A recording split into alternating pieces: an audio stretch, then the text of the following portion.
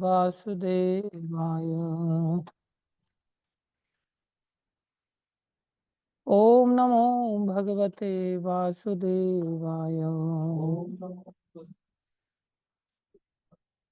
नारायणं नमस्कृत्यं नारायणं नमस्कृत्यं नरं चैव नरोत्तमं नरं चैव नरोत्तमं देवीं सरस्वतीं व्यासं देवीं सरस्वतीं व्यासं ततो जयमुद्धीरये। ततो जयम्। नष्टप्रायेषु भद्रेषु राष्ट्रप्रायेषु भद्रेषु नित्यं भागवत सेवया भगवती उत्तम श्लोके भगवति उत्तम श्लोके भक्तिर्भवती नैष्ठिकी। भक्तिर्भवति। श्रीमद् भागवतम स्कंदो अध्याय 6 श्लोक संख्या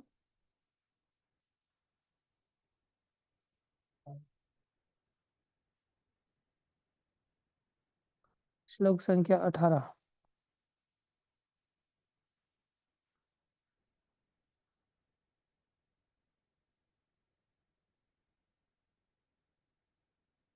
सो अमृतस्य अभयस्य अमृतस्य सो अमृतस्य अभयस्य एषो मर्त्यमन्नं यदात्यगात्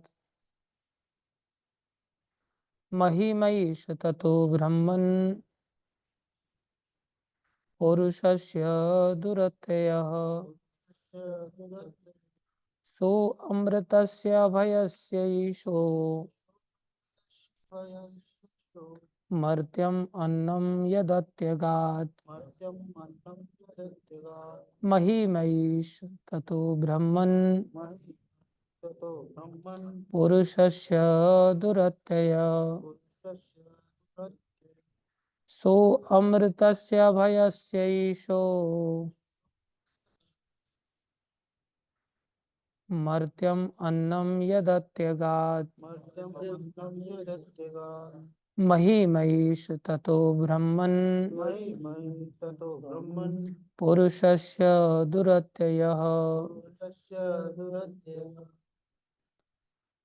शब्दार्थ सह वे भगवान अमृतस्य अमरता का अभयस्य निर्भयता का ईशः नियंता मर्त्यम मरणशील अन्नम सकाम कर्म यत जो अत्यगात पार कर गया है महिमा ईश क्षमा कीजिए यश एषः उनका तथा अतएव ब्रह्मन हे ब्राह्मण नारद पुरुषस्य परम पुरुष का दुरत्ययः अमाप्य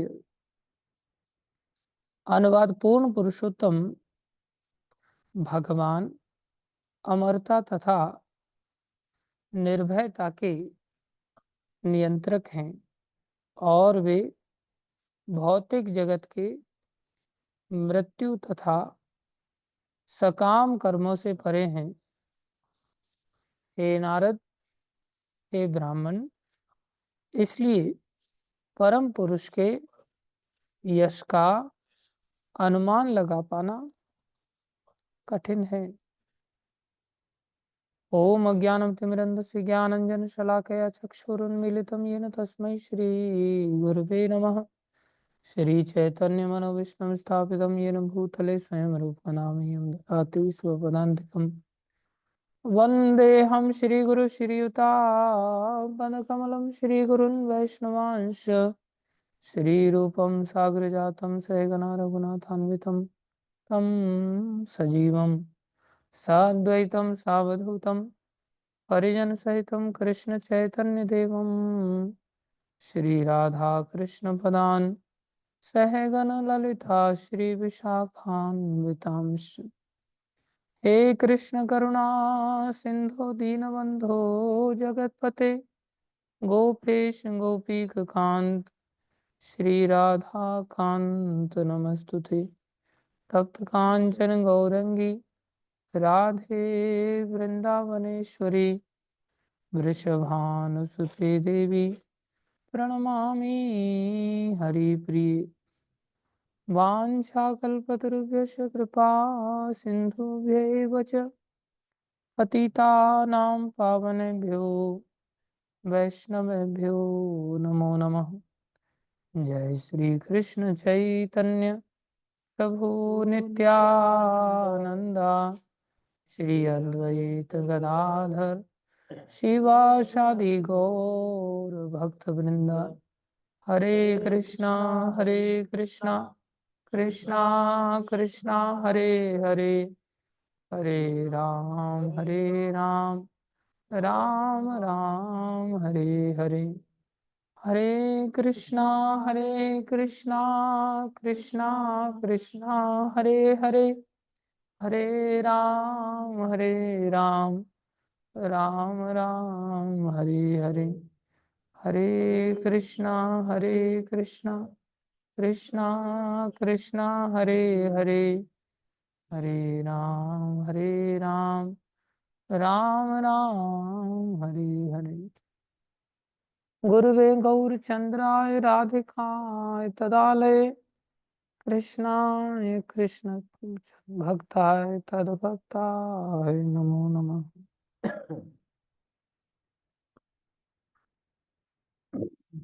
हरे कृष्ण। सभी भक्तों का हार्दिक अभिनंदन है, स्वागत है। गुरु वैष्णव की दया से जो कुछ कहें कृपा करके ध्यान से सुनिए।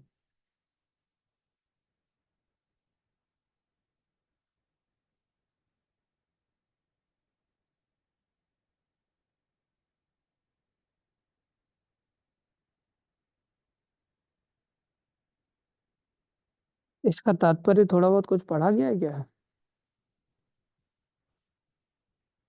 शेष श्लोक का? नहीं ना। तात्पर्य में प्रभुपाद जी क्या समझा रहे हैं? तात्पर्य अर्चनीय वंदनीय प्रातः स्मरणीय जगत गुरु श्री प्रभुपाद जी द्वारा श्री प्रभुपाद की जय। भगवान की अंतरंग शक्ति का दिव्य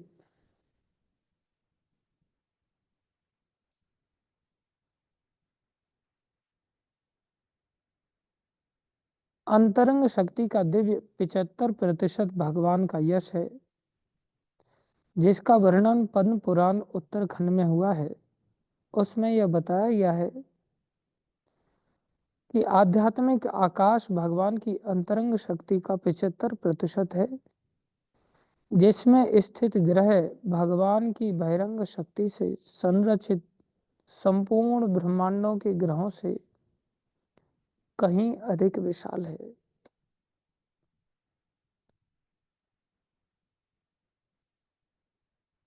पहली बात, प्रभुपाद जी जो समझा रहे हैं, जिसे हम इस मनुष्य शरीर में चाहें तो समझ सकते हैं, लेकिन वही लोग समझ सकते हैं जो पशु वृत्ति से थोड़े ऊपर उठे हों। पशु वृत्ति से ऊपर उठना मतलब जैसे जानवर है, सिर पर मौत आ जाती है उसके, लेकिन फिर भी वो केवल अपने पेट भरने का ही सोचता है। उपा जी एक उदाहरण देते हैं कसाई खाने में बकरी का। एक बकरी कट के लटक जाती है और दूसरी बकरी घास खाती है। उसको ये चिंता नहीं कि अगला नंबर मेरा है, उसको बस घास ही दिख रही है। उसको अपनी संबंधी दूसरी बकरी जो कट के लटक गई या लटक गया वो नहीं दिखाई दे रहा है, सिर्फ घास खाना। कलयुग के जीवों की सबसे बड़ी समस्या क्या है कि कलयुग के जीवों की बुद्धि इतने निम्न स्तर पर चली जाती है, इतने निम्न स्तर पर चली जाती है, जिसको भागवत में कहा सुखदेव गोस्वामी सुमंद मतयो। मंद तो मतलब धीमी, सुमंद मतलब बहुत ही ज्यादा धीमी, जो काम ही नहीं करती एक प्रकार से। सुमंद मतयो। सुमंद मति के कारण क्या होता है? बोले संसार में हम जिस उद्देश्य के लिए आए थे उस उद्देश्य को भुला देते हैं। और भी पुराण में भागवत के महात्मा का वर्णन मिलता है और वहां पर बताया गया है कि कलयुग के जो जीव होंगे ना, वो उदरम भरण, केवल उदर कैसे भरे, पेट कैसे भरे, बस इसी बात को लेकर के वो फोकस्ड रहेंगे बस। प्राय संसार में सब जीव, जैसे हम जानवर की तुलना कर रहे थे, बकरी की तुलना कर रहे थे जो केवल घास खाने का सोचती है, ऐसे ही संसार में हम सब केवल पेट भरने का सोचते हैं। उदराम भरनो वराका कूट भाषिणा।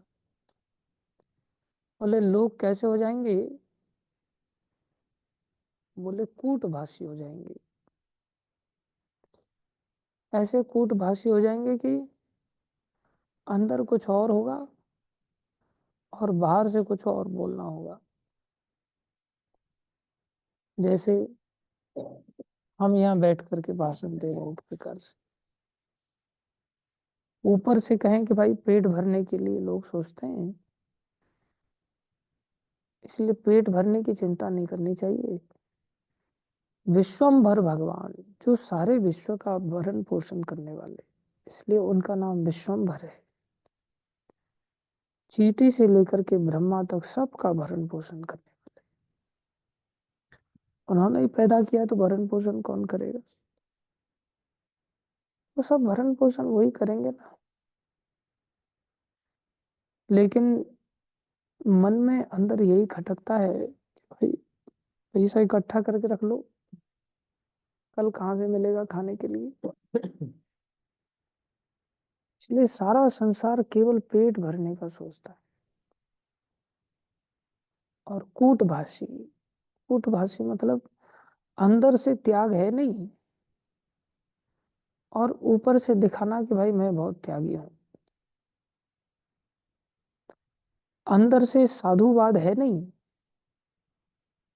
साधु जो साध धातु से, साधु धातु से बनता है। साध मतलब जो निरंतर साधन में लगा रहे, जो 24 घंटे के 24 घंटे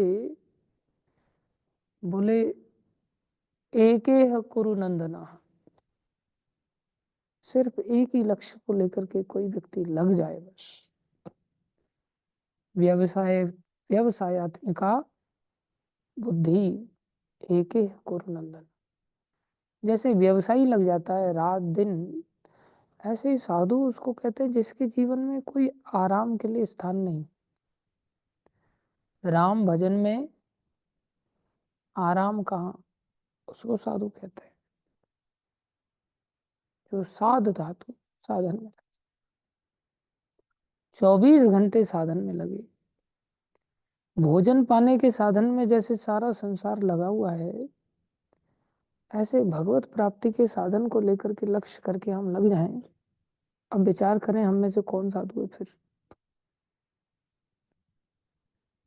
ऐसे साधु केवल दो चार ही हैं। अभी जैसे सोहन मोहन प्रभु सोचे कि भाई मैं साधु हूँ, तो ये साधु बन करके घोषणा करे तो ये कर सकता है, क्योंकि निरंतर लगा रहता है। मैं घोषणा कर दूं कि भाई मैं साधु हूँ, मेरे को तो आराम से ही फुर्सत नहीं मिलती। 3 दिन मंगल आरती आई नहीं तो क्या किया? आराम फरमाया, आलस्य ने पराजित कर दिया, भक्ति वृद्धि हुई नहीं। और फिर हम भाषण दें कि भाई साधु बनकर के जीवन जीना चाहिए, भक्ति मार्ग में आराम के लिए स्थान कहाँ है? तो इसे कहते कूटभाषी। अंदर से आराम की लत है और ऊपर से साधु बन करके दर्शन दे रहे। देखो माला कितनी बढ़िया पहनी हुई है साधु लोग। तिलक देखो मेरा कैसा है, साधु वाला है कि नहीं? तिलक ठीक है भाई, कपड़े सब धोती कुर्ता सब ठीक है ना? ये सब साधु जीवन ऊपर से दिखाई दे रहा है। कूटभाषी कहते हैं इसको। आप सब लोगों को मजबूरी में भाषण सुनना पड़ रहा है, इसे कूटभाषी कहते हैं। अब जैसे हमारे राधा मोहन प्रभु हैं, सोहन मोहन प्रभु, नरसिंह प्रभु, नरसिंह आरती में भी साक्षात नरसिंह डांस करते, बताओ। नरसिंह प्रभु ये साधु हैं। ये नहीं कि नरसिंह आरती चल रही तो मैं क्यों डांस करूं, मैं तो हुई नरसिंह दास। दास हैं समझ रहे हैं, इसलिए साधन में लग जाते, डांस करते। जैसे हमारे दिनेश प्रभु हैं, जयदेव प्रभु हैं, प्रीति जी है। अभी हमारे गोपाल जी भी अच्छी प्रगति कर रहे हैं साधु जीवन की। हमारा सचिन है, ये भी दोनों सचिन है, ये लोग भी अच्छा प्रयास कर। नेगी जी हैं, सब भक्त लोग, आप सब अच्छे साधु हैं। कलयुग की समस्या क्या है? सब उदर भरण, पेट भरे बस, पेट भरने का संघर्ष। इसे पशुता कहते हैं, इसके लिए जीवन नहीं मिला। इसलिए हम कह रहे थे कि मनुष्य शरीर जिस बात को समझने के लिए मिला है, प्राय लोग नहीं समझ पाते। सबको पेट भरने की चिंता है। मनुष्य शरीर किस लिए मिला है? बोले भगवान को जानने के लिए मिला है। अथ तो ब्रह्म जिज्ञासा, ब्रह्म की जिज्ञासा करो भाई।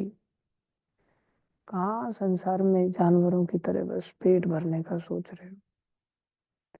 जानवर केवल पेट ही नहीं भरता, आहार निद्रा भय मैथुनं च सामान्यम एतत् पशु भी नरानाम।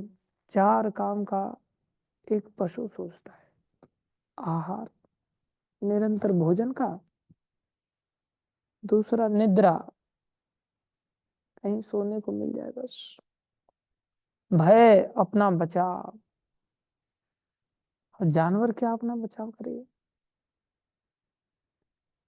वास्तविक बचाव तो गीता में बताया, उस बचाव को कोई समझ ही नहीं पाता। और मैथुन, सेक्स लाइफ, ये मुख्य जरूरतें बन गई है लोगों की। इसे जानवर वृत्ति कहते हैं। मनुष्य शरीर इससे ऊपर उठने के लिए दिया है और भगवान को समझने के लिए दिया। भगवान को भागवत से समझाया जा सकता है, यहाँ समझा रहे हैं। तो बता रहे हैं भाई तुमको पता नहीं है, बोले एक आध्यात्मिक आकाश भी है, 2 जगत है। अब ये बात किसी जानवर को तो समझा ही नहीं जा सकती। मनुष्य शरीर में कोई समझे ही नहीं, क्योंकि सब जानवर बन गए। तो अब क्या किया जाए? कुछ लोग हैं जो साधु बन करके जीवन जीने की चेष्टा करते हैं, वो भी कूटबाजी हो गए। ऊपर ऊपर से साधु वेश धारण कर लिया और अंदर से बस सुमंद मते उधर भरने के लिए बस जागृत रहते। तो फिर कैसे भला होगा? अथ तो ब्रह्म जिज्ञासा, ये मनुष्य शरीर ब्रह्म जिज्ञासा, भगवत जिज्ञासा के लिए बस उस जिज्ञासा के साधन में लगा देना चाहिए। उसको साधु कहते हैं। जिज्ञासा का साधन क्या है? बोले सबसे पहला साधन है श्रवणम, सुनो बस, यही जिज्ञासा का साधन है। जाकर के महापुरुषों के सानिध्य में, प्रभुपाद जैसे साधु संत जिन्होंने कभी पेट भरने का नहीं सोचा। हम सब लोग तो रात दिन पेट भरने का ही सोचते हैं, अपनी आवश्यकताओं का सोचते हैं। प्रभुपाद जी भगवान के शुद्ध भक्त हैं। ऐसे साधु संतों के पास जाकर के जिज्ञासा करो। अब हम जो तात्पर्य पढ़ रहे हैं, अब ये जिज्ञासा को प्रभुपाद जी शांत कर रहे हैं। उन्होंने तात्पर्य लिखा है ना। क्या बता रहे हैं? बोले भाई एक और आकाश है। जैसे यहाँ हम बादल देखते हैं कितना बड़ा है, ऐसा ही एक और आकाश है, जिसे आध्यात्मिक आकाश कहते हैं। इस बादल के नीचे भी लोग हैं, जनता है, जीव हैं। ऐसे ही वहां भी लोग हैं, जीव। क्या समझा रहे हैं? बोले वो लोग कैसा है? वो 75% में एक प्रकार से बना हुआ है, बड़ा विशाल है, जिसमें स्थित ग्रह भगवान की बहिरंग शक्ति से संरचित, जिसके अंदर ध्यान दें, जिसमें स्थित ग्रह, कौन से ग्रह? जो भगवान की बहिरंग शक्ति से संरचित है। भगवान की 3 शक्तियां हैं, अंतरंग शक्ति, तटस्था शक्ति और बहिरंगा शक्ति। अंतरंग मतलब इंटरनल पोटेंसी, बहिरंग मतलब एक्सटर्नल पोटेंसी, तटस्थ मतलब मार्जिनल पोटेंसी। बोले जो बहिरंग शक्ति के द्वारा संरचित, बहिरंग शक्ति ने जिनको रचना किया है, संपूर्ण ब्रह्मांडों के ग्रहों से। अब ये संपूर्ण ब्रह्मांड, एक ब्रह्मांड नहीं, अनंत ब्रह्मांड, अनंत ब्रह्मांडों के ग्रहों से कहीं अधिक विशाल है। अर्थात वो अंतरंग शक्ति के द्वारा रचित ग्रह है उसमें, और यहाँ भौतिक शक्ति के द्वारा रचित ग्रह। बहिरंग शक्ति के द्वारा ये ब्रह्मांड बनाए गए हैं, और ये ब्रह्मांड एक दो नहीं है, अनंत ब्रह्मांड है। प्रभुपा जी क्या बता रहे? चैतन्य चरितामृत में भगवान की बहिरंग शक्ति जिसमें हम रह रहे हैं, उसके समस्त ब्रह्मांडों की तुलना। अब संसार के ब्रह्मांडों को कैसे समझे? संसार में एक ब्रह्मांड कितना विशाल होता है। एक ब्रह्मांड की लंबाई, चौड़ाई, ऊंचाई, नीचाई हम नहीं समझ सकते। और उस ब्रह्मांड को प्रभुपा जी क्या लिख रहे हैं यहाँ चैतन्य चरितामृत से? बोले समस्त ब्रह्मांडों की तुलना बाल्टी भर सरसों के बीजों से की गई है। सरसों का तेल निकालते हैं ना, कितने राई के छोटे छोटे बीज होते हैं। बोले बाल्टी भर के सरसों के बीज रख दिए जाए। अब एक एक ब्रह्मांड किसकी तरह है? एक सरसों के दाने की तरह है।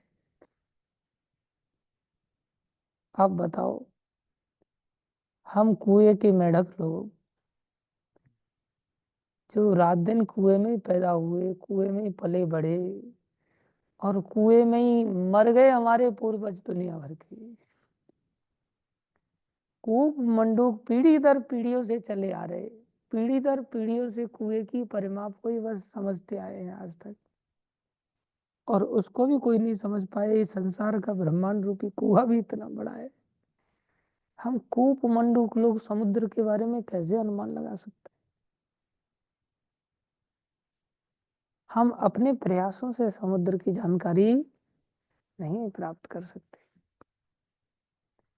कोई महापुरुष समुद्र से आकर के हमें इस कुएं के मेढक से, जीवन से, कुएं में से निकाले बाहर, तब जाकर के हमें समुद्र का ज्ञान हो सकता है। प्रभुपाद जैसे संत लोग यही काम करते हैं। यदि गौर न होई तो तबे की होई तो, यदि गौर न होई तो तबे की होई तो के माने धरि थाम दे, के माने धरि थाम दे। यदि गौरांग महाप्रभु नहीं होते तब क्या होता? संसार में लोगों को भगवान के उस आध्यात्मिक आकाश का ज्ञान कौन देता? क्यों भाई पहले अवतारों ने भगवत आकाश का, आध्यात्मिक जगत की जानकारी नहीं दिया क्या? बोले जानकारी तो दिया, लेकिन हम कलयुग के लोग कैसे लोग हैं? ऐंठीले लोग हैं। ऐंठीले लोग समझते हैं? ढीठ या ऐंठ में चलने वाले, अकड़ रखने वाले,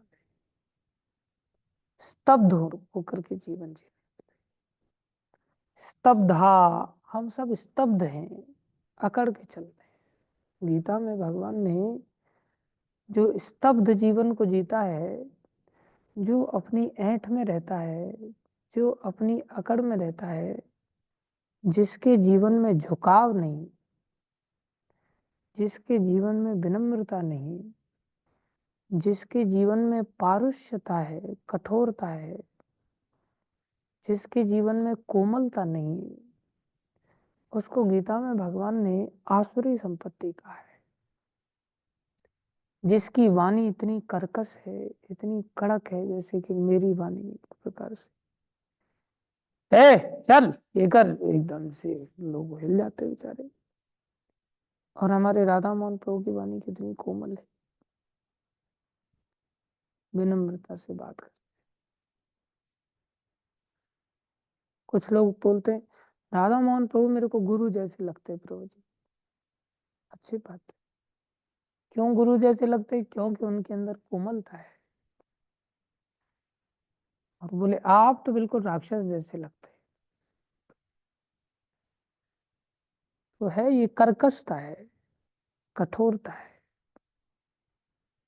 संसार में कठोरता किसके अंदर पाई जाती है? बोले मुर्दे के अंदर पाई जाती है। लोच को जिंदगी कहते हैं, शायर ने कहा लोच का नाम जिंदगी है, और कड़कता का नाम मुर्दानगी है। लोच मतलब लोचाव जिसमें हो जाए, झुकाव जिसमें आ जाए। जिसके जीवन में झुकाव ही नहीं है, बोले वो मुर्दा है। मुर्दे की शरीर ऐसा अकड़ जाता है कि उसकी उंगलियां भी नहीं मोड़ सकते आप, वो मुर्दा होता है। जिंदे व्यक्ति का सब कुछ मुड़ जाता है। संसार में हम सब स्तब्ध हो गए। स्तब्ध मतलब कठोरता, अकड़ गए एक प्रकार से। तो ऐसे अकड़ीले लोगों को कौन सिखाए, कौन समझाए? जो अपनी ऐंठ में ही जीते हैं, जो आसुरी लोग हैं। इसलिए ऐसे आसुरी लोगों को किसने सिखाया? बोले महाप्रभु ने सिखाया। चैतन्य महाप्रभु आए तो उन्होंने इतनी विनम्रता का परिचय दिया, इतनी विनम्रता का परिचय दिया कि उसका तो हम अनुमान भी नहीं लगा सकते। जगाई मदाई का उद्धार किया। ऐसे ऐसे न जाने कितने जगाई मदाइयों का उद्धार प्रभुपाद जी ने किया। ऐसे किया सम्मान दे करके, दूसरों को सम्मान दे करके, कोमलता के द्वारा। बाकी अवतारों ने तो लोगों को ऐसा सम्मान नहीं दिया। नहीं सुन रहा है तो गला काट दो, उसका काम खत्म कर। लेकिन जब महाप्रभु ने सुदर्शन चक्र का आह्वान किया मदाई के लिए, तो महाप्रभु के चरणों में नित्यानंद प्रभु लिपट गए। और महाप्रभु क्या कहते हैं? अरे बचेगा कौन फिर? अगर ऐसे दुष्टों का आप सुदर्शन से अगर दमन कर देंगे तो फिर बचेगा कौन? सब तो मारे ही जाएंगे। आप थोड़े से और दयालु हो जाइए। नित्यानंद प्रभु का रोल ही ये था कि जीवों को भगवान से मिलाना और भगवान को जीवों से मिलाना। जीवों को बोलते थोड़ा और प्रयास करो, तुम लोग थोड़ी और आराधना करो, थोड़ा गौर हरि तो बोल दो, कम से कम कुछ नहीं बोल सकते। और भगवान को कहते थे आप थोड़े से और दयालु हो जाइए, थोड़ी सी और कृपा कीजिए इन जीवों के ऊपर। आपस में लिंक करने का काम नित्यानंद प्रभु ने किया। अब बोले इन लोगों को मार डालोगे तो बचेगा कौन, थोड़ी और दया दिखाइए ना, अभी तक तो दयालु आपने जीवन जिया ही है, अब थोड़ा पतित पावन भी बन करके दिखाइए। नाम तो आपका है ही पतित पावन, अब इन पतितों को पवित्र करके दिखाओ। उधर कहते तुम इतना सा भी नहीं कर सकते, थोड़ा सा इतना तो करो।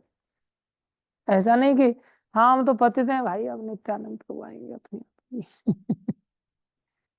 अरे कुछ तो साधु जीवन में हमारे लिए भी तो उनके आदेश हैं। इसलिए ये दया महाप्रभु ने प्रकट होकर के अपने पार्षदों के माध्यम से कराई। इसलिए कह रहे हैं चैतन्य चरितामृत में भगवान की बहिरंग शक्ति के समस्त ब्रह्मांडों की तुलना बाल्टी भर सरसों के बीजों से की गई है। बोले ये संसार कुछ नहीं है, सिर्फ एक सरसों का दाना है। जब ब्रह्मांडी सरसों के दाने की तरह एक एक, तो हमारी औकात क्या है। और फिर भी हमारी ऐंठ देखो, ईश्वरो अहम, मैं ही तो ईश्वर हूँ। हर व्यक्ति ईश्वर बनना चाहता है, हर व्यक्ति बड़ी पोजीशन लेना चाहता है, हर व्यक्ति बड़ी पोस्ट लेना चाहता है। और बस में IAS बन गया, IPS बन गया, IES बन गया, बस यही लक्ष्य मात्र लोगों का। एक ऐंठ और अकड़ बढ़ाना चाहता है और पेट भरना चाहता है। ये सब चीजें क्या आवश्यक नहीं है। हर व्यक्ति देखो, अंदर हम झांक करके देखें, पता नहीं आपके अंदर होगी कि नहीं ये बात। बस मैं तो यही चाहता हूँ, बस मैं प्रेसिडेंट बन जाऊं जल्दी से मंदिर का, और फिर प्रेसिडेंट बन करके फिर धीरे धीरे जोनल सेक्रेटरी बन जाऊं, और फिर जोनल सेक्रेटरी से फिर सीधा गुरु बन जाऊं, सन्यासी वगैरह गुरु बन करके, और गुरु बन के फिर सीधा GBC गवर्निंग बॉडी कमीशन, और फिर GBC का चेयरमैन बन जाऊं। आपके अंदर तो ये सब लालसा नहीं होगी, मेरे अंदर जो है मैं वो बता रहा हूँ। और ऐसा लगता है बस ये बन करके बस फिर हमारा निष्कंटक राज चलेगा, एक छत्र राजपाट करेंगे। अरे कितने दिन के लिए राजपाट करेंगे भाई, सब तो खत्म होने वाला है। क्या ये सब चीजें नहीं करना चाहिए? बोले सेवा के लिए करना चाहिए। सेवक में कभी ऐंठ नहीं होती, कोई भी काम कर सकते हैं हम, सेवा की दृष्टि से कर सकते हैं, किसी भी पद पर आरूढ़ रह सकते हैं। यदि सेवा भाव है तो अब विचार करो, संसार में कौन व्यक्ति सेवा करना चाहता है? कूट भाषी होकर के सब प्रधानमंत्री बोले बस एक बार सेवा का अवसर दे दो, बस आप राजा बना दो, एक बार सेवा का अवसर दे दो, और राजा बन करके कूट भाषी केजरीवाल की तरह शराब बांटो, बस मुफ्त में हो गई सेवा सब देश की। कूट भाषी लोग भरे पड़े हैं, मैं सेवा करके दिखाऊंगा। अरे तुम सेवा क्या करोगे? भोग करके दिखाना चाहता है, भोगी बनना चाहता है। अरे ईश्वर तो भगवान अनंत ब्रह्मांडों के नायक हैं, लेकिन हमें उन चीजों की जानकारी नहीं। हम संसार में सरसों के दाने पर बस मड़राना चाहते हैं।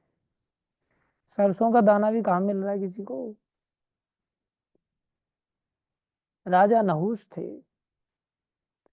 बड़े पुण्यात्मा थे, और कोई कोई व्यक्ति के अंदर ऐसा भावना होती भी है, अच्छे भी होते हैं, लेकिन जब पद प्रतिष्ठा धन आदि आ जाता है ना, तो फिर आकर के मद फिर घेर लेता है।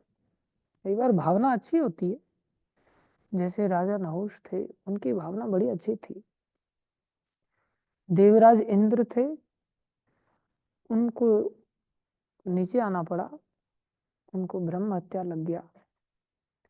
किसका उन्होंने हत्या कर दी थी?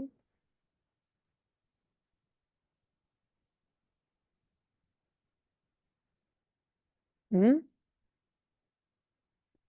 किसने की हत्या? मैंने की हत्या और किसने की? किसने की हत्या? देवराज इंद्र से हत्या हो गई थी, ब्रह्म हत्या लग गई थी उनको पीछे। अब बताओ किसकी हत्या की थी उन्होंने? वृत्तासुर की हत्या की थी। वृत्तासुर की तो हत्या की थी, उनसे हो गई थी। उससे पहले किसकी? वृत्तासुर से पहले कौन था वो, जो यज्ञ में आहुति दे रहे थे? क्या नाम था? जयदेव जी, क्या नाम था?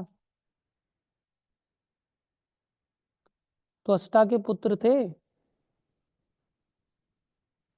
विश्वरूप नाम था उनका।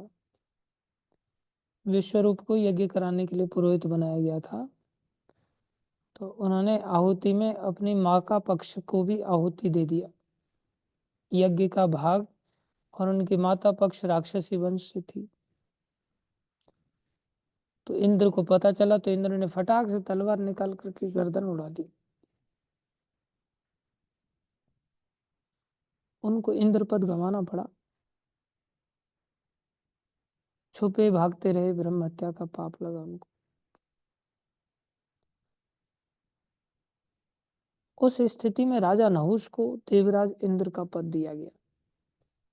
संसार के राजा थे वो, बड़े पुण्यात्मा थे, भक्त थे। उनको देवराज का पद दे दिया। और देवराज मतलब ब्रह्मांड का एक नायक है, एक प्रकार से राजा है। उनके अनुसार चीजें चलती हैं। तो पहले वाली जो इंद्र की पत्नी थी, सची माता,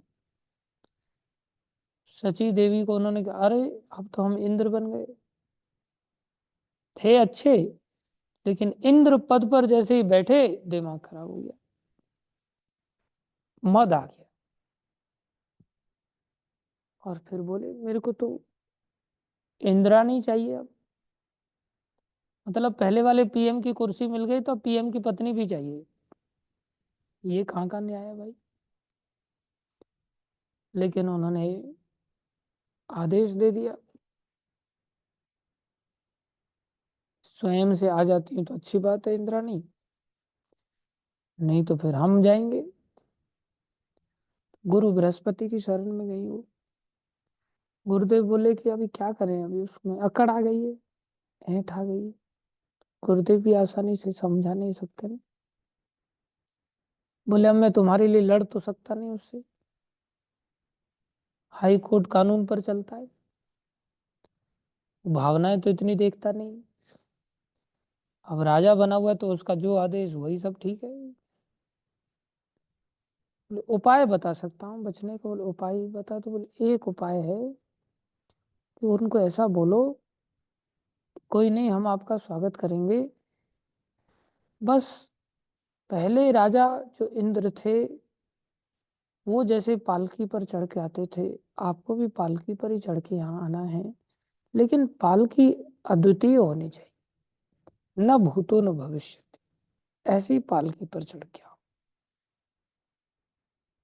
ये बात उनको बोलते, मतलब हर व्यक्ति चाहता है ना कि भाई दुल्हन लेने आना है तो फिर बढ़िया गाड़ी लेके आना। तो बोले बढ़िया पालकी पर चढ़। बढ़िया पालकी पर चढ़ने का मतलब क्या है? बोले पालकी ऐसी हो जिसे ऋषि लोग उठाए। बड़े लोग तो ऋषि मुनि हैं, सप्त ऋषि लोग जिस पालकी को उठा करके लेके आए, उस पर चढ़ के आओ। तब तो आदेश दे दिया उन्होंने, ऋषियों को बुलाओ। सप्त ऋषि को आना, राजा का आदेश, व्यवस्था बनाई है भगवान ने, तो उस आदेश का पालन करना पड़ता है। आए साहब ऋषि लोग, बोले राजन प्रणाम प्रणाम कुछ नहीं किया उसने, तो मद चढ़ गया ना, प्रणाम कहाँ से करेंगे। बोले राजन आपने याद किया, बोले हाँ देख क्या रहे हो, पालकी उठाओ। तो पालकी उठवा लिया, हमको उठाना पड़ा पालकी, पालकी में बैठ गए। कई बार सामर्थ्यशाली लोग होते हैं बड़ी विनम्रता का परिचय देते हैं, लेकिन इसका अर्थ ये नहीं समझना चाहिए कि उनकी सामर्थ्य में कमी आ गई, वो विनम्र है। जैसे उसमें भागवत में श्लोक है ना, भक्त लोग बदला नहीं लेते सामर्थ्यशाली होते हुए भी। हाँ, तिरस्कृता विप्रलब्धा शब्दा क्षिप्ता हतापि। अरे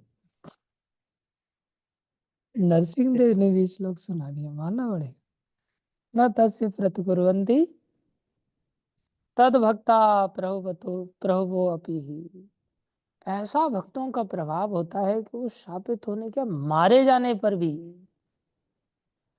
तिरस्कृता उनका तिरस्कार कर दिया जाए, तिरस्कृता विप्रलब्धा उनको ठग लिया जाए, शप्ता उनको शाप दे दिया जाए, क्षिप्ता उनको मारने का प्रयास किया जाए, हतापि उनकी जान भी ले ली जाए, बोले न तस्य प्रतिकुर्वन्ति फिर भी उस व्यक्ति से बदले की भावना नहीं रहती। तद भक्ता प्रभु अपि ही, हे प्रभु आपके भक्तों का ऐसा प्रभाव है कि वो सामर्थ्यशाली होते हुए भी बदले की भावना नहीं रहती। यहाँ तो सामर्थ्य है ही नहीं तो कितनी बदले की भावना कूट कूट के भरी पड़ी रहती है, और सामर्थ्य आ जाए तब विचार करो बदले की भावना ना हो। कितनी बड़ी विनम्रता चाहिए, कितनी बड़ी विनम्रता चाहिए। ये सब तो ऋषि लोग थे, साधारण लोग नहीं थे। आदेश है राजा का, विधान है, राजा है, उठा लिया उन्होंने पालकी, पालकी उठा करके देवराज इंद्र बने हुए जो नहुष हैं बैठ गए पालकी में।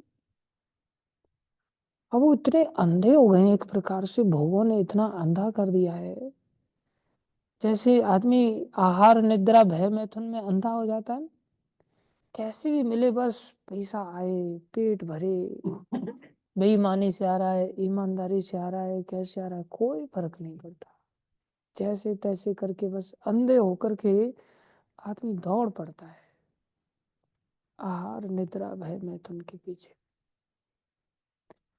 तो देवराज इंद्र नहुष बने हुए जा रहे हैं, लेकिन इतना उतावलापन उनको, इतना उतावलापन, जैसे कई बार लोग पिकनिक मनाने के लिए और तेज चलाओ गाड़ी, अरे थोड़ा सा और, थोड़ा एडवेंचरस ड्राइव करो, फिर आदमी का सीधा राम नाम सत्य हो जाता है। तो यहाँ स्टेयरिंग तो सब ऋषियों के पास थी, इंजन फिंजन का तो सिस्टम था नहीं। अगस्त ऋषि थोड़े आगे लगे हुए थे पालकी उठाने के लिए, तो अरे चलो तुम लोग चलो जल्दी चलो, एकदम से ऐसे बोल रहा है, लेकिन वो बेचारे चल रहे हैं अपनी चाल चल रहे हैं, तो इसको रहा नहीं गया, तो उसने एक लात मारी पालकी में बैठे हुए कंधे पर, सामने गर्दन पर। अगस्त ऋषि बोले सर्पम गच्छ, सर्प गति से जल्दी जल्दी चलो, सर्प बहुत तेज भागता है। बोले सर्पम गच्छ, अगस्त ऋषि को क्रोध आ गया, इतना कैसे सहन होता। हालांकि वो सहनशील हैं, लेकिन देखा कि अरे ये तो और ज्यादा अपना नुकसान करेगा, इसका भला करना चाहिए। भगवान कई बार ऐसे घोर तमोगुनी लोगों का ना दंड दे करके भला करते हैं, दंड भी बहुत बड़ी कृपा है। कालिया नाग को भगवान ने दंड दिया था, और नाग जाति तो ऐसी मदान्त होती है ना, ऐसी अहंकारी होती है, उसको छू भी लो ना एकदम से फन उठा देगा, छूते ही। छू कैसे दिया मेरे को तुमने एकदम से ऐसे। नाग इतना खतरनाक होता है। हम भी लोग नागों से कम नहीं होते कुछ लोग। तुमने मेरी चादर को कैसे छू दिया, तुम मेरे कमरे में आकर के कैसे हिम्मत करके सो सकते, मेरी थाली कैसे ले ली तुमने। नाग की तरफ फुंकारने लगते कि नहीं। बोले ऐसे लोग घोर तमोगुनी होते। उसके एक दो फन तो थे नहीं, 100 फन थे उसके पास। भगवान ने क्या किया, पूरे त्रिलोकी के भजन को लेकर के कूदते थे उसके ऊपर। त्रिलोकीनाथ है, ये सारे ब्रह्मांड के स्वामी। वो भी साधारण नहीं था, शेषनाग का भाई था। उसमें भी अपार शक्ति थी, गरुड़ जी से उसने टक्कर लिया था। भगवान कूदते थे पूरी ताकत के साथ, तो पूरी ताकत मतलब समझ रहे हैं आप, लीला में। बाकी पूरी ताकत से बचेगा क्या। लेकिन उसके भी फन छोटे मोटे नहीं थे, एक एक वृक्ष के जैसे बड़े बड़े फन थे उसके। विशाल वृक्ष होता है, इतना बड़ा विशाल का है शरीर उसका। एक फन पर कूदते तो एक ही लात में उसका फन फट जाता था, और फन से खून की धार बहने लगती थी। उसके बावजूद भी उसका मद ठंडा नहीं होता था। कैसा दुष्ट था, लात खा करके भी फिर दूसरा फन उठाता था। और फिर वो अच्छा तेरी ये मजल, एक और लात मारते थे। और दूसरा फन भी फाड़ दिया भगवान ने। लेकिन फिर भी मद ठंडा नहीं हुआ उसका। तो भगवान के बारे में बोले अनुग्रह हो प्रभु, आपने तो बहुत बड़ा अनुग्रह किया। नाग पत्नियां बोली ये आपका अनुग्रह है, ये आपकी कृपा है। जब गुरुजन भगवान किसी को दंडित करते हैं तो उसके ऊपर बहुत बड़ी कृपा होती है। ये नहीं सोचना चाहिए ये गुरु कैसे हो सकते, देखो बदला ले रहे हैं। भक्त लोग कभी बदला की भावना रखते ही नहीं। जैसे 4 कुमारों ने शाप दे दिया जय विजय को, तो क्या बदले की भावना से दिया था? नहीं। बोले तुम लोग वैकुंठ में रहोगे और भक्त अपराध कर जाओ, श्राप देते, असुर बनते। भक्त लोग बदले की भावना से काम नहीं करते। अगर होना चाहिए सच्चा भक्त, जैसे हमारा राधा मोहन प्रभु, जयदेव प्रभु, सोहन मोहन, इनकी लीडरशिप में हम सब लोग रह रहे हैं। मेरे से अगर कोई फिर मेरा बदला देखो मैं कितना एकदम, जैसे सांप होता है ना, 12 साल तक बदला नहीं लेने का पूरा उसका विधान होता है। अगर आपने उसको छेड़ दिया और जिंदा रह गया हो, उसकी आंखों में फोटो खिंच जाता है। बचपन से सुना है ना ऐसा। हाँ, और ये सच बात भी है। नाग में ऐसी क्षमता होती है कि वो बदला ले लेता कई बार। इसलिए मेरे को आप हल्के में मत लेना। वो तो नाग जाति में जब इतना ले लेता, तो मैं तो मनुष्य शरीर में नाग हूँ एक प्रकार से, 24 साल तक बदला लेता हूँ। इसलिए संभल के रहना मेरे साथ, कोई छेड़छाड़ नहीं करना, कोई गाली गलौज नहीं करना। इन लोगों के साथ कुछ भी करो तुम लोग, जैसे राधे है, विनम्र है ये सब। सोचते बात गई रात गई, जाने, फॉरगेट एंड फॉरगिव, भूल जाते हैं और क्षमा कर देते हैं। मैं भूलता नहीं भाई। इसलिए दंड मिलना बहुत जरूरी हो जाता है। तो राजा नहुष, उन्होंने जब लात मारा तो बोले ओहो, इतनी ताकत, तेरा ये दुस्साहस, हमें कहता है सर्पम गच्छ। बोले सर्पम भव, इसी समय तुम सर्प बन जा। और भैया वो तो पालकी में चल रहा था, मुकुट फुकुट पहने हुए थे, बड़ा सुंदर उसने सब साज श्रृंगार, देवराज इंद्र हैं आखिरकार। अनेकों करोड़ों की तादाद में अप्सराएं हैं, किसी को भी भोग सकते हैं, वो किसी को भी आमंत्रित कर सकते हैं, तो उनका सौंदर्य कैसा विशेष होगा। एकदम से मुकुट फुकुट सब पालकी से एकदम से वहां से तुरंत ही अजगर का रूप ले लिया उन्होंने। सर्पम बाबा, बड़े से अजगर बने। कई कोस का उनका आकार। अब ऊपर से सीधा तुरंत, ऐसा नहीं कि अभी फॉर्म फॉर्म फिलअप होगा, नीचे जाएंगे, फिर सोच समझ करके नीचे जाएंगे, एकदम से वहीं से पालकी से लुढ़के मुकुट फुकुट सब गायब हो गए, श्रृंगार श्रृंगार सब गायब। ऐसा तो मुकुटधारी अजगर बनेंगे, सब लुढ़कते आ रहे हो, देख रहे, अरे बाजू कहाँ चली गई मेरी, पैर कहाँ चले गए, सब पूंछ बन गई। सब शरीर खूंखार एकदम, इतना भयानक अजगर। अब बेचारे पछताए, बोले ऋषि त्राहिमाम त्राहिमाम, रक्षा करो प्रभु रक्षा करो। लेकिन ऋषि लोग बड़े दयालु भी होते हैं, क्योंकि किसी को अकड़ शांत हो जाती है ना, तो फिर एकदम से अच्छा, बोले हमारा उद्धार का कुछ तो उपाय बताओ महाराज, अजगर तो बना दिया आपने हमको। अब अजगर उन्होंने थोड़ी बनाया था, चले थे लात खाने के लिए, लात मारने के लिए, परिणाम तो हमें ही था। Each and every action has equal and opposite reaction. भारी वाला लाती गायब हो गई, पूछ बन गए। बोले अच्छा कोई बात नहीं, अब लंबे समय तो तुम्हें बनना पड़ेगा, अजगर तो बनना पड़ेगा भाई, लेकिन द्वापर युग के अंत में भीमसेन आएंगे, और जब तुम भीमसेन को अपने पास से जकड़ लोगे, उस समय तुम्हारा उद्धार होगा। ऋषि ने दया की, इसको भी चलो कभी तो अब कम से कम उद्धार हो जाए। पहाड़ की तरह शरीर था इसका, इतना विशाल का है। और जब 12-13 वर्ष का वनवास हुआ पांडवों को, उस समय भीमसेन थोड़े से अनबन हो गई बाकी भाइयों के साथ, बोले चलो रखो तुम लोग, अभी युद्ध करने नहीं जा रहे हो, मैं जा रहा हूँ जंगल में। तो जंगल में चले गए, भगवान का विधान। वहां वही राजा नहुष अजगर जो बने हुए थे, उन्होंने उनको पकड़ लिया। अजगर की पकड़ तो इतनी खतरनाक होती है कि बस पकड़ ले, फिर जैसे रस्सी से बांध दो किसी को तो बंधा ही रहता है, लेकिन रस्सी हड्डियां नहीं तोड़ सकती, लेकिन अजगर की पकड़ में आ गए तो रस्सी फस्सी कुछ नहीं, फिर तो हड्डियां टूट करके चूरन बना करके वो फिर बढ़िया सॉफ्ट माल तैयार करके निकल लेता है। अब तो भीमसेन को जब उसने पकड़ा, अब भीमसेन में ताकत तो कम है नहीं, कितने हाथियों की ताकत है?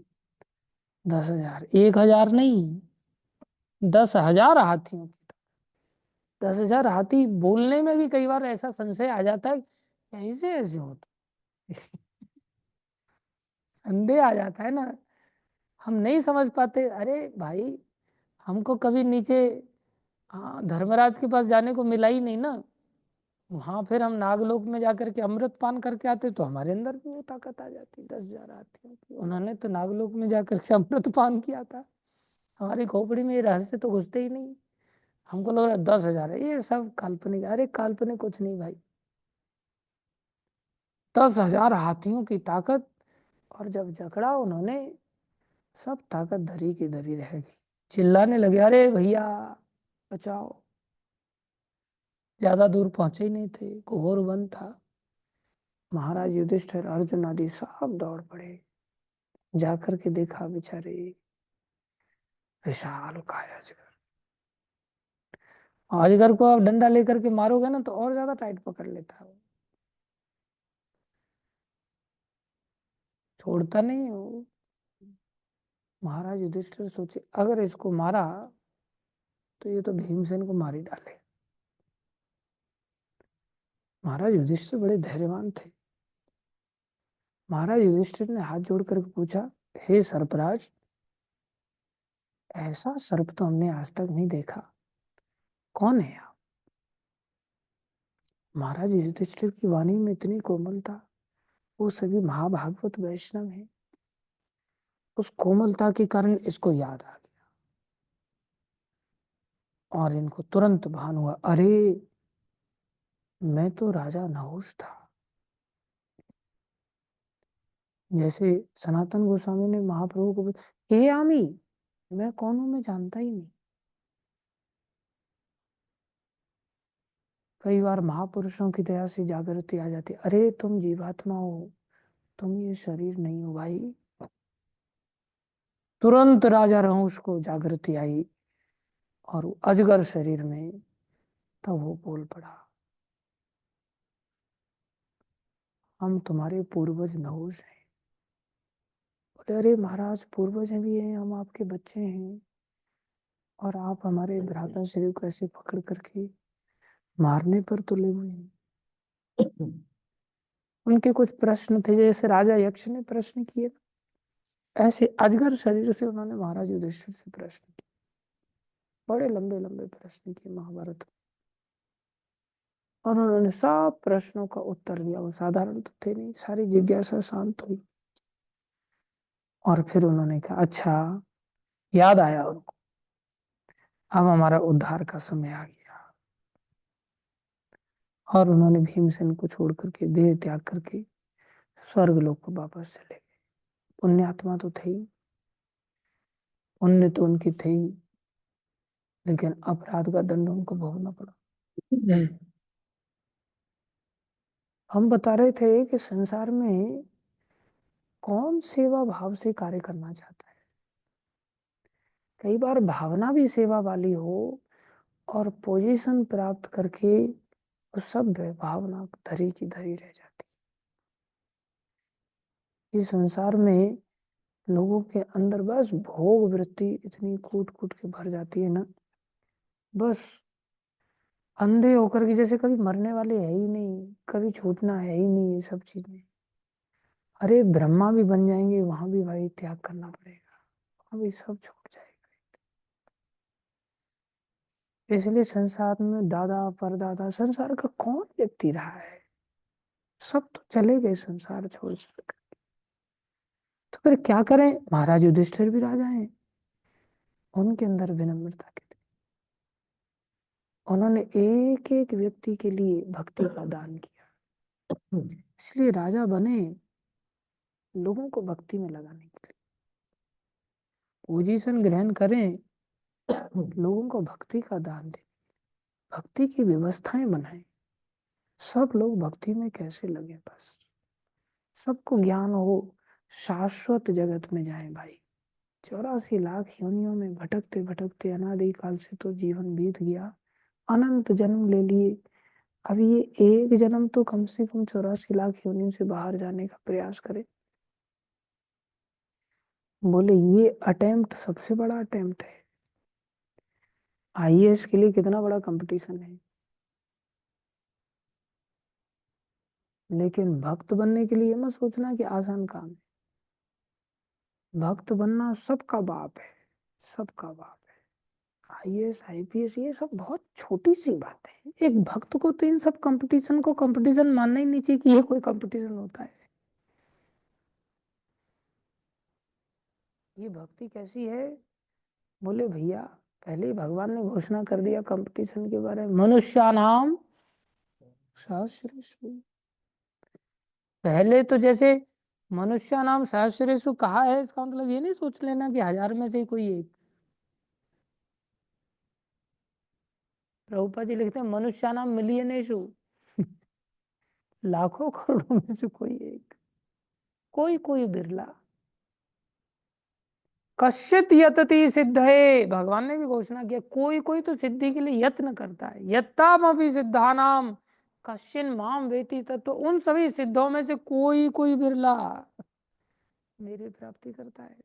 और भगवान ने भी घोषणा किया, ये जन्म, ये केवल इसी जन्म का कंपटीशन नहीं है लोगों के बीच में, बहुनाम जन्मनाम अंते। कंपटीशन कितना भारी है।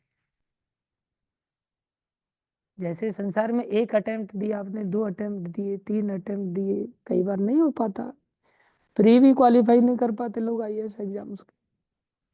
बोले यहाँ एक जन्म भी बीत सकता है, 2 जन्म भी बीत सकते, बोले बहुत जन्म भी बीत सकते हैं, तब जाकर के भक्त बनने का कभी अवसर मिलता। बहुनाम जन्म नाम अंते ज्ञानवान माम प्रपद्यते, कोई कोई बिरला मेरी शरण में आता है। वासुदेवम सर्वमिति, वो जो भगवान को ही सब कुछ मानता, वासुदेवम सर्वमिति, स महात्मा स दुर्लभ सुदुर्लभ, ऐसा महात्मा अत्यंत दुर्लभ है। ऐसे प्रभुपाद जैसे संत बनना मतलब बहुत कठिन काम है। लेकिन संतों की कृपा हो जाए, भक्तों की दया हो जाए तो पकी पकाई खीर खाने को मिल जाएगी। पकी पकाई खीर, कुछ नहीं करना, बस भक्तों की शरणागत हो जाए, सेवा भाव आ जाए, विनम्रता आ जाए, आज्ञाकारिता आ जाए, कामाचारिता से बाहर जाना पड़ेगा, मनमानी जीवन को त्याग करना पड़ेगा। जो ऐसा करेगा बोले वो निश्चित रूप से सेलेक्ट हो जाएगा। बिना पढ़े लिखे छोटा बच्चा भी सेलेक्ट हो सकता है। ध्रुव, प्रहलाद आदि इसके ज्वलंत उदाहरण है। कोई भी व्यक्ति के लिए दरवाजे खुले। इसलिए ये जीवन मिला है, ये जीवन को भगवत शरणागति में डाल करके जन्म मरण के इस चक्र से बाहर आ जाना चाहिए। और बाकी सब चीजें छोटी चीजें हैं, बस सेवा भावना जागृत हो जाए, भक्ति जागृत हो जाए। इसलिए प्रभुपाद जी लिख रहे हैं, सरसों का प्रत्येक बीज अपने आप में एक ब्रह्मांड जैसा है। इनमें से एक ब्रह्मांड में जिसमें हम अभी रह रहे हैं, ग्रहों की संख्या की गणना कर पाना मनुष्य की शक्ति से परे है। एक ब्रह्मांड के अंदर कितने ग्रह हैं, हम ग्रहों की गणना नहीं कर सकते। और ऐसे अनंत ब्रह्मांडों के परे आध्यात्मिक जगत है। और वो महाप्रभु आकर के हमको इतना सुंदर अवसर दे रहे हैं। लेकिन हम उदराम भरिणो, बस पेट भरे रात दिन सुअर बन करके बस गटर में जाकर के हबड़ हबड़ हबड़ हबड़ हबड़ हबड़ करके पेट भर के बस टांग फैला करके सो जाना, फिर आराम से 10-12 बच्चे पैदा कर देना। क्यूट, वो सुअर के बच्चे बड़े क्यूट होते हैं। हाँ, बस आगे पीछे घूमना, पीछे मुड़ के देखना, हाँ आ गए सब लोग, चलो आगे चलते हैं। फिर दो थोड़ा आगे, फिर हाँ सब लोग चल रहे हैं ना साथ में, चलो फिर सुखकर जीवन, कोमलता लाए, विनम्रता है, कर्कशता का त्याग हो, ऐंठ का त्याग हो, अकड़ चली जाए, बस सेवक बन जाए, यही भक्ति। धन्यवाद सभी भक्तों का। भागवत महापुराण की जय, श्रील प्रभुपाद की जय, श्री गुरु महाराज की जय।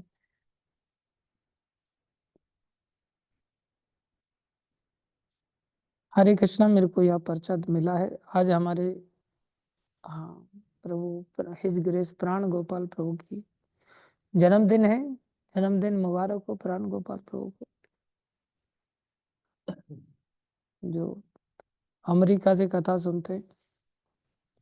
और वो आज के दिन गोवर्धन में भंडारा भी करा रहे हैं। हम उनके लिए प्रार्थना करते हैं। और विशेषता उनकी है कि वो 50 साल की उम्र पूरी होने से पहले ही अपना संसारी काम धंधा छोड़ करके प्रचार कार्य के लिए अपने जीवन को समर्पित कर रहे हैं। हरि बोल, हरि बोल, हरि बोल, हरि बोल, हरि बोल। गुरु गौरांग से प्रार्थना करते हैं कि इनको भगवान शुद्ध भक्ति प्रदान करें और इनके माध्यम से हमें भी भक्ति की प्राप्ति। आज हमारे तरुण प्रभु का भी बर्थडे है। वैसे तो ये बर्थडे बर्थडे मनाना नहीं चाहिए, सच बताएं, भागवत मना करता है बर्थडे मनाने के लिए। ये केवल भगवान के ही जन्मदिन के लिए सारी तिथियां पहले से ही नियुक्त हैं, इसलिए आइडियली बर्थडे नहीं मनाना चाहिए। लेकिन बर्थडे में खर्चा पानी तो लोग करते ही करते हैं। खर्चा पानी भगवान की सेवा के लिए कर दिया जाए, भक्तों की सेवा के लिए कर दिया जाए, लेकिन अपेक्षा गिफ्ट की ना की जाए, हमें बदले में कुछ गिफ्ट मिलेगा। ऐसा गिफ्ट की अपेक्षा न करके भक्ति की अपेक्षा करें और लोगों को प्रसाद वितरण करें और सेवा करें, बस यही जीवन अच्छा है। धन्यवाद तरुण प्रभु का भी और प्राण गोपाल प्रभु का भी। सब लोग 7:30 बजे तक जप कर सकते हैं। हरे कृष्णा।